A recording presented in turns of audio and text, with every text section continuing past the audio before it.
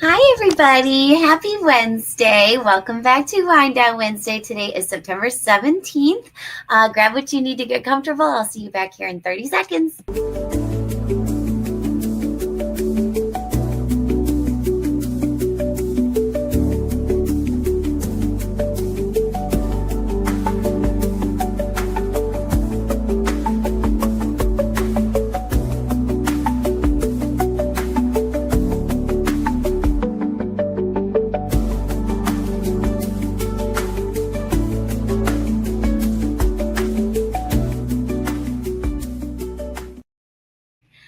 Hi, how's everybody's weeks going?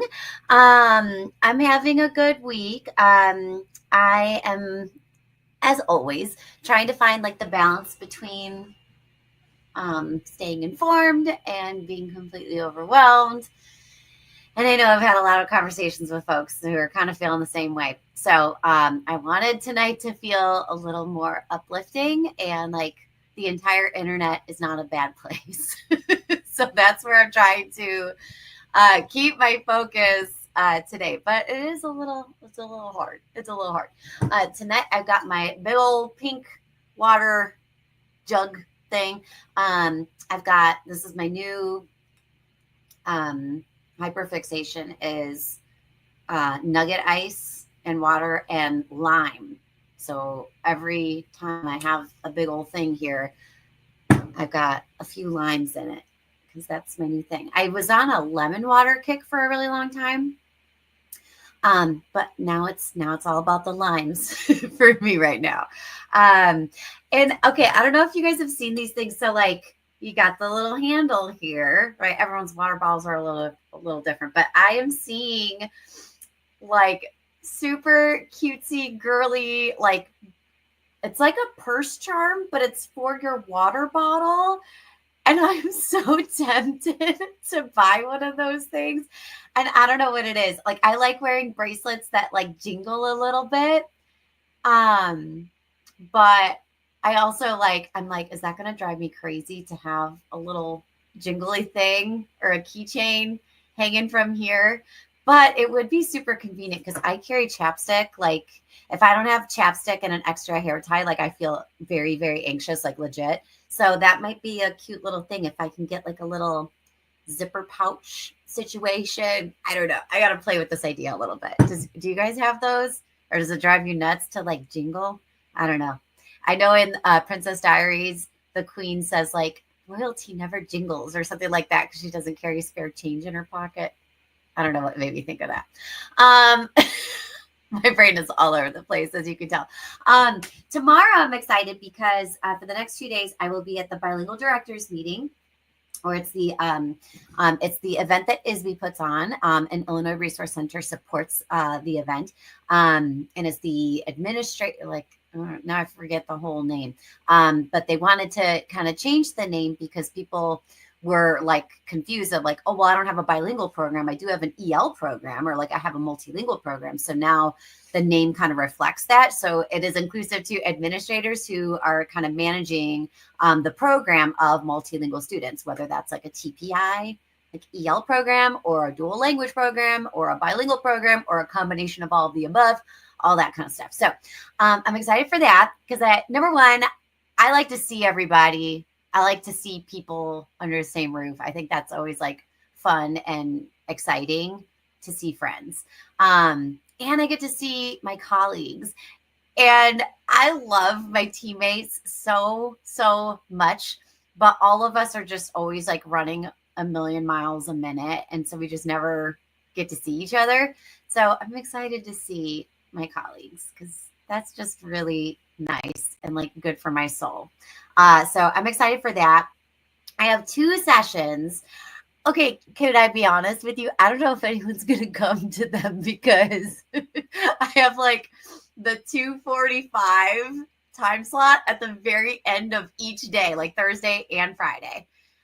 So I'm like, I hope people stay. But like, it's also one of those things. There's so many like really good sessions to go to and like really necessary ones to go to, like access updates and ELP2P data and like duly eligible students and just all the things. There's just so many things. So I have one session that is centered on preventing LTELs, long-term English learners. So I'm really excited for that because I've got lots to say and share about that. I wish the session was longer because that could be a full day or like maybe a week. And then the other session is like a quick little intro to supporting SLIFE in content areas. So talk about that, share some resources. Again, it's hard to like share so much stuff in a short amount of time that gives people enough to like take back and go deeper. So I always struggle with like 60-minute sessions because I always just want to share so much stuff. So I'm working on it. So anyway, if you're going to be there the next few days, I hope we can connect. I hope we can hang out. But I love it. Can I show you guys another thing I'm really excited about? Okay. So this is a printer. Look how tiny and cute she is. This is actually tied into tonight's theme. Okay. Let me tell you tonight's topic. So tonight's topic is my little favorite corners of the internet today. This is something that I first learned about on, I think it was TikTok or maybe Instagram. I'm not really sure, but I kept seeing multiple educators that I follow who use these. It's a thermal printer, thermal. I don't really know. But it feels like magic to me. So you can print labels, you can print stickers, and like you can print it from your phone. So I'm from the 1900s.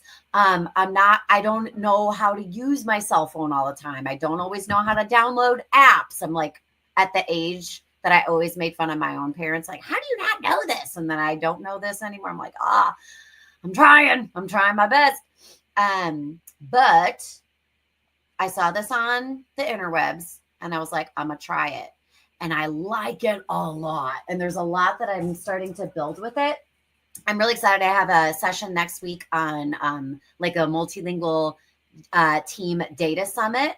And I printed out 2 different tools for us so far. And I have a few other ones in my brain of what I want to do. But this is like magical to me because you don't need ink because it's thermal. I don't understand that. I don't. But I ordered like 1 million of these things for a pretty affordable price, I thought. But like I send the file, I design it in like Google Docs or Slides or whatever, or Canva. And then I email it as a PDF to myself. And then I go in my phone.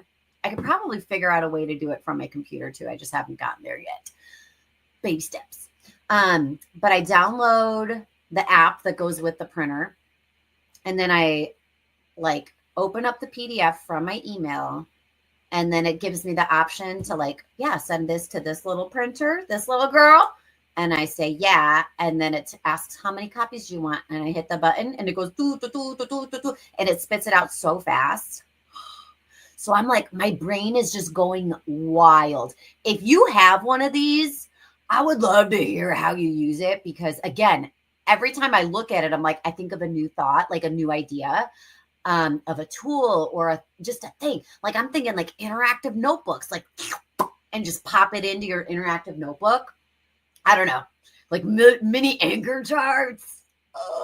So many possibilities. So I'm excited to see what people are building and creating and doing with that as a tool to support all students, but particularly for multilingual students or for the teachers that serve them. So if you've got ideas, I'd love to see them.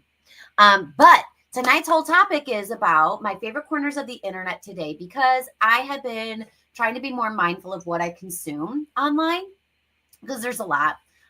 There's a lot of good and there's a lot of bad, but I think I fixate on the bad a lot. So I want to share a few little things that I have found recently on the internet that have brought me some joy and that have given me like really fun ideas. So for me, I use my social media a lot for different reasons. Sometimes I do it for work purposes, like I'm like sharing like a conference that's coming up, or I'm sharing like a tool on my blog, or I'm just using it to like say hi to my friends and family and share like silly stories about my dogs.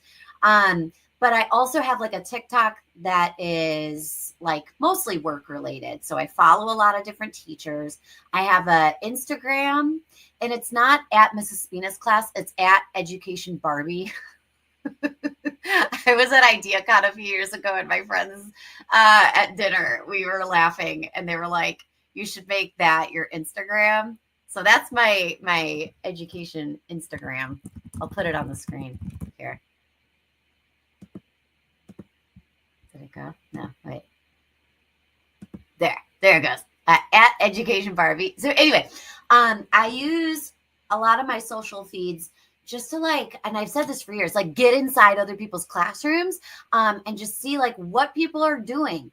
And I encourage you, no matter what grade level you serve and support, follow educators from different parts of the country and from different grade levels and from different content areas. So if you teach freshman ELA, you should follow other freshman ELA teachers, but also follow some like science educators in high school, follow pre-K teachers, follow third grade teachers, because that keeps us creative. I think if I see a cool tool that somebody posts and use and they're like, oh, this is how I used it, that gives me like an opportunity to be creative and say, I really like this tool. How could I take it and like, make it my own? Or how could I take it and like use it for this different grade level or this content area? So I have a lot of fun with it. And again, it just helps us stay fresh, I think. So I do want to share with you a few of my favorite little moments of the internet lately. So this one is a social media trend. I have seen it on TikTok and on Instagram, but I thought this would be a cool one to invite into our classrooms, especially for students in grades 6 through 12, because a lot of those students are frequently on social media. And so they've probably seen this trend. And the trend, let me see if I can share my screen. I'm still kind of like it's a little tricky for me. So let me see if I can do this. Share screen. And I say, yeah. And then I say, I'll try this one. Okay. All right. You should be able to see my screen now. So I just went to my blog. So Moving Beyond for Multilingual Learners, the blog. And the first post, like it'll always just post the most recent thing that I've done. So it's the Unfortunately I Do Love trend. And I don't know if y'all have seen that. I linked like a Cosmopolitan article that breaks down what the trend is. It's an article for grown-ups. That's not for our students. But I looked at a few samples because it's a social media trend. That's a genre. So when I am exploring a trend, I look at multiple examples, right? This is what we do in a lot of our classrooms when we're teaching a genre. Genre-based pedagogy, right? So anyway, I look at a lot of different examples and I see what people are doing. And then I also think like, so what is this trend? What does it include? What does it not include? So this is one that I did as like a little mock-up for myself. So it says unfortunately, but like, it's not like bad stuff. You could include like guilty pleasures, but it doesn't have to be. It could just be like stuff you like. Like, what are you into lately? Or again, it could be like stuff that you're like, I'm embarrassed to say I like it. Or maybe but people will think this is bad, but I love it. Like buying $8 coffees on Mondays or something like that. I don't know. So here was my example. Unfortunately, I do love wearing bright pink everywhere I go. I love it. I love surrounding myself in neon colors, no matter what the season. Exhibit A is, well, everything. My office, my supplies, my tools, my paper, my closet, all of it, right? Stopping at 7 Brew for a very sugary, caffeine-heavy pick-me-up. I love 7 Brew. I've been so excited the last few weeks. I was in a district that had one nearby.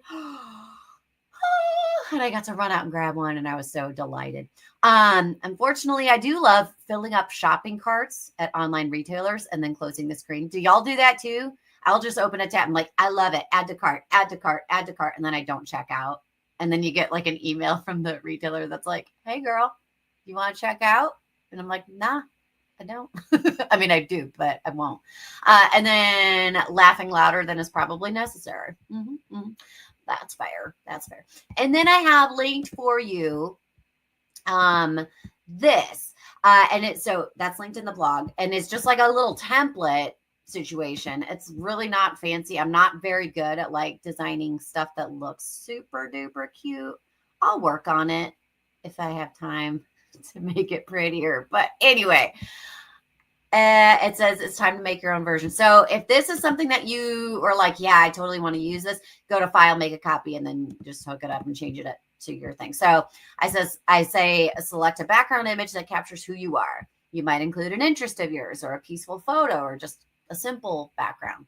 And then you fill in the rest of the sentence with stuff you love. This might include guilty pleasures, things you love doing, being, feeling, or whatever you feel comfortable sharing. A complete sample has been done for you, and some sample backgrounds have been provided to you. So I give my example. I love pink sparkly stuff, so that's why I did that as the background. And then I give some other background examples, ones that students might use and ones that they might like say, oh, that's cool. I'm gonna look for an image that captures like that type of vibe. So I did like the beach because I did this really beautiful sky, this very pretty mountain scene, a very pretty like country scene, a football field, a skate park, a pool, like for obviously for swimming. That's not what I meant. I was going to say like doing laps and races, like a swimming team, a soccer field. Or is this? Yeah, that's soccer, right? I don't know. Is it rugby? Are the nets the same? I don't know anything about sports. Lacrosse? I don't know. So anyway, that is there for you on the blog. And again, it's just there if you like it, if it fits your vibe. If it doesn't fit your vibe, that's okay too. That's okay too. So that is one little corner of the internet I like that trend. I think that could be like a fun little warm up on a random Friday morning, because it can give us like just community builder moments, and it might feel relevant to your students who have been seeing that trend online. So that's just fun. I just like that. Okay, so now I want to share with you another cool video I thought was super cool. And let me see again. I'm going to try to play with this a little bit because I'm going to show you the clip and then we'll talk about it. So let me move my screen around. Boop, boop, boop. All right, so now I'm down there. Try having your students email their parents. I have my students send their parents a weekly email update every Wednesday. This teaches the students the great life skill of being able to compose a professional email, and it also helps to keep their parents informed about the things that are happening at school. I give my students sentence frames and prompts to help them craft their email to their parents. Check their grades, give their parents a report on things that are happening here at school, and the parents absolutely love receiving these messages from their kids, and the kids love getting their responses back from their parents. This has been a great tool for my classroom. Perhaps it will work for you as well. This works for people other than parents as well. So students can also choose a trusted adult, a former teacher, someone that they care about in their life that they look up to, a mentor of sorts. Okay, so I put her handle on the very bottom of the screen. But I watched that video and I was like, ooh, so she teaches middle school, she says. I don't know her. I haven't really explored her page a whole lot, but that video popped up on my For You page, right? And I was like, oh my gosh, I actually really love this. And I think there's a lot of possibility. I think there's a lot of benefit too. Number one, it teaches the students how to construct emails. Cool. Number two, I think it's great for students, right, to do that reflective writing as like a summarizing kind of situation that takes all the current events happening in school life, and getting it all like captured in an email. So the genre of email writing, right? I think that's a good life skill. We don't always know how to write an email in middle school. But then the benefit of families receiving an email once a week from their students that just gives a few little updates. I think that's really cool. I'm a parent of 2 kids. And if I were to get a weekly email from one of my kids, like while they're at school, that says, hey, these are the things that are happening. These are the things that we're learning. Here's what we're working on. Here's some friendly reminders about stuff coming up. That's awesome. That's great. And because then I think it helps me as a parent facilitate conversations at home too about like stuff that's happening. Because again, if you have a middle schooler or a high schooler in your life and you're like, hey, how was school? They're going to be like, it was fine. And then you're like, what'd you do today? And they're like, nothing. I know you're not doing nothing. That's cool. So anyway, I think that's genius. And it helps open the door for better communication, right? Between the school and home. So I think it's genius for a lot of different reasons. And then I started to go through the comments on that post. And like I saw people's reactions, and some people were saying, like, I teach 3rd grade. I want to start trying this out. And I also noticed, like, she even said, like, I'll include sentence stems and frames, but it does require some initial, right, like explicit teaching of like how to construct an email. So that could be cool. So maybe you do it for a few weeks all together, or maybe you do it like as an LEA. What if you did it as an LEA? What if like on Friday morning, she says she does this during her homeroom. So everyone's, I know, schedule is just like wildly different. So that could be a cool thing. Or again, maybe if you're a content teacher in 612, if you do this on Friday with like your 7th grade science group or your AP Gov, right? Whatever. You take a few minutes and that's like your Friday warm up and you say, okay, y'all, what's happening? And then we all like, I'll pop it up on the screen. We collect the language of the room. Folks just contribute and I just write it out, right? And then maybe we go through and edit and like organize our thoughts more cohesively once we get all our ideas on the screen. That's a cool idea too. So you can do it that way. And then it comes from the teacher, right? But then you can sign it from, 7th period science or whatever. I don't know. That could be cool, right? I love it. So I thought that was a really cool idea. So if you have done this, or if you might try it, or you might share it with some folks on your team, let me know how it goes because I'm curious. That's something I would totally try this out. I think that's really cool, and it saves me time as a teacher. So I'm not designing like a whole newsletter, a whole digital thing. We just have the students share out that information. Okay, so I really like that. So that's her name on the bottom. If you wanted to search up that video, it's fantastic. I like it a lot. Okay, the next creator, I'm going to move my screen around again. Boop, boop, boop. There I am. Look how tiny I am. And now I go over to this button. Sorry, I'm still getting the hang of all of this. Okay, here comes the next video. She shares a really fun resource. And I think she might also be a middle school educator, but no, that's wrong. I don't think she is. I'm going to shut up and play the video. I needed to call in a group today and I didn't want to be accused of being biased. I didn't want to hear, Miss H, you're targeting me. So I've done the Wheel of Names before, but this actually takes the cake. So I go into Google and I type in Duck Race online stopwatch. Click on the first option. The only thing I don't care for is the number of pop-ups, but once you put it in full screen, it doesn't matter. I'm going to click names and then edit list. And at this point you can enter up to 100 names, but I'm going to insert some fake names for my students. Click done. You can set your timer for however long you want the duck race to be, and I like to keep it around 30 seconds. Click set, and now your ducks are ready to race. I put this up on the big screen and I hit start. And students anxiously await to see if their duck is going to be the first one to cross the finish line. And it's so fun to watch them say, slow down, or speed up.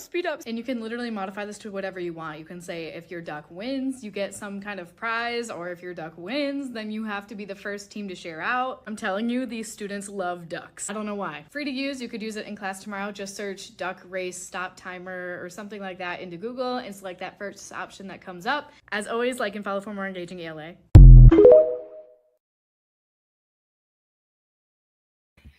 Isn't that fun? So she references Wheel of Names, and I think a lot of us have used that. I like Wheel of Names because you can add like words, phrases, sentences, pictures. So it could be cool for randomizing students, but it could also be cool for vocabulary, activities, and stuff like that. But anyway, this one looks so cute. So I went ahead and I looked it up on the Googles. And again, let me go ahead and try to share my screen. And I hit this button and I say entire screen. No, let me do. Thanks for your patience. Okay, duck race. Wait for it. It says, okay, so online-stopwatch.com/duck-race. Okay, so again, she just said Google it. Just type in duck race. So swim your way to the finish line with our amazing duck race. This online duck race timer lets you have between 2 and 100 ducks racing in this fun little duck game. Free to use as always.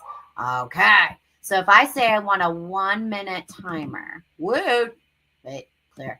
I want a 1 minute timer. Cool. And then I say names, edit list. Okay. So this gives me like a few little samples. Sample 1, sample 2, sample, blah, blah. Okay. So I hit done. And then where do I go now? Let's see. Is there a button? Save. No, how do I do it? What happens next? Numbers. Set. Oh, okay. I hit the set button. Okay. Oh, and is there music? Start.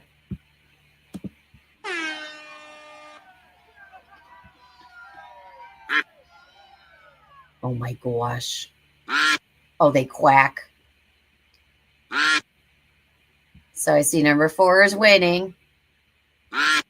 And number 1, he's way far behind. He looks like Spider-Man. Y'all see that? That's cute. So they might be screaming, number 1, go faster. Look at number 4. Pace yourself. Uh-oh, number 1's on the move. I think number 1's going to pass number 2 here pretty quickly.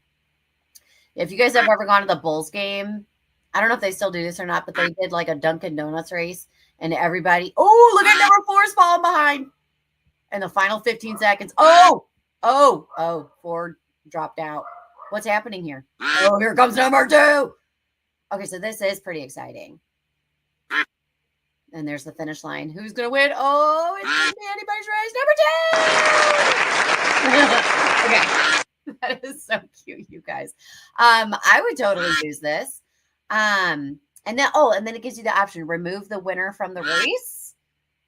You could say, yeah, or you can race again. Okay, cool. So I'm going to stop share. I think that one's super fun. All right, I'm going to turn that off because I'm going to hear him quacking in my sleep tonight. I think that's so fun. Would y'all use that? I could see it doing it just like she recommended, which is like groups to share out their thinking. I would probably, so we're not doing a whole lot of like waiting around. Maybe 30 seconds is probably sufficient because then it's like 30 seconds of like just pausing. I was in a district recently. We talked about being a domain disruptor so that students aren't just listening for an extended period of time. Like they have time to just like, have the time to talk to a buddy, have the time to listen to a different voice, have the time to read a little thing about it or write a little capture about what they've been listening to. But sometimes it's necessary to just have a pause so there's no domains happening so that everybody can have a break, because I think a lot of us adults and a lot of our students get overstimulated. So having that break of like no languaging happening, that could be fun too. So I think that tool has a lot of possibilities. So again, just 3 little boops of things that I like on the internet. And I think I want to try to do this every so often because I think it's just fun to see what is out there and just explore the possibilities together. So if you have a fun video that you have seen from somebody on the interwebs that you want us to chat about, because if you're watching this and you've got the comments going, like add some thoughts and ideas of like how you might take it and use it. or maybe tag somebody that you might share this with. Like if you've got your co-teacher and you are trying to think of different things and this, like there's an idea that pops up and you're like, oh yeah, I got to tag you in this. So anyway, fun stuff on the internet. It's not all doom and gloom. And it's a fun way for us to learn from each other and with each other. So that's all. That's all I got for you today. If you are coming to the Bilingual Directors Meeting, I hope to see you and hang out and catch up. And if not, that's okay. If you are coming to the Multilingual Team Summit, Team Data Summit next week on Wednesday, we're going to have so much fun. We're going to have so much fun. I'm really excited for that. I do know that we did open up another day in October, and I think we're trying to stretch it to a bigger venue to accommodate, because I know there was a pretty like thick wait list. So we're trying to accommodate that. So stay tuned if you haven't already gotten an update. Okay. I will talk to you all soon. Thanks everybody. Bye.